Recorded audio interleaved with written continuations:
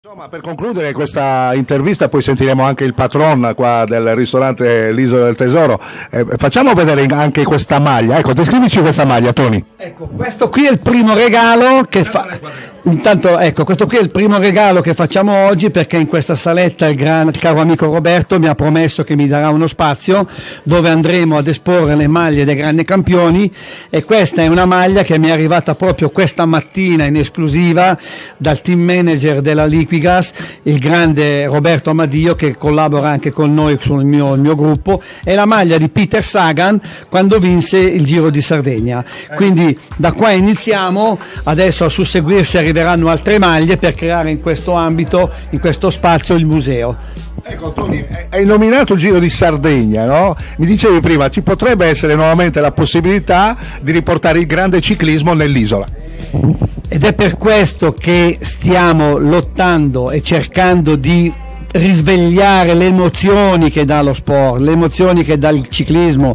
Ragazzi, partiamo dai Girardengo, dai Binda, dai Coppi, dalle fatiche, dalle strade non asfaltate, dalla terra negli occhi. Il ciclismo è fonte di fatica, di reale fatica, e lo sforzo che vogliamo fare noi oggi, modernizzati da tutto quello che concerne l'elettronica, il web e tutto, vogliamo riportare in auge il vecchio Giro di Sardegna e chissà mai anche la Sassari Cagliari, cercare di riportare il ciclismo su questa meravigliosa isola che ce la invidiano in tutto il mondo, e vogliamo riportare, avendo anche la fortuna di avere Fabio Aro, un grande campione in terra sarda, stiamo tentando con le amministrazioni locali di cercare di far nascere di nuovo il mitico Giro di Sardegna. Ecco, ti racconto un aneddoto. Io sono di una cittadina di fondazione del 1938, si chiama Carbonia, era la città che dava il carbone durante la guerra a tutta l'Italia. Ti posso dire che a Carbonia ci sono ancora le due curve della vecchia pista dove corsero addirittura Coppi e Bartali negli anni 40. Certo, ti fa onore questo. Vorrei chiedervi ancora 60 secondi uno spazio particolare. Allora, io ho iniziato a rientrare nel mondo del ciclismo dietro un sogno, un incubo che ho avuto una notte, perché il mio povero papà è scomparso a 60 anni, e una notte ho sognato mio padre che mi passava il testimone in dialetto milanese, scusatemi, mi disse adesso Ton va avanti ti, che vuol dire adesso Antonio prosegui tu.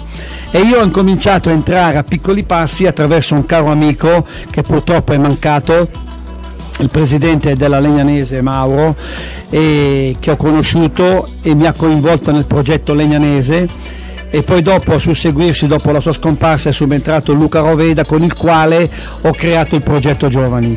Quest'anno abbiamo iniziato questo esperimento, abbiamo sponsorizzato la categoria esordienti, che è la minima categoria per partire in questo meraviglioso sport, e insieme stiamo collaudando un progetto con le scuole dove far cominciare i ragazzi delle scuole medie non solo ad amare il ciclismo, ma farli parlare di sport. Quindi ufficialmente vi dico che insieme alla grande società ciclistica legnanese quest'anno faremo questo progetto scolastico apposta per portare i ragazzi dalla strada nello sport, partendo logicamente col ciclismo, che è il mio sport.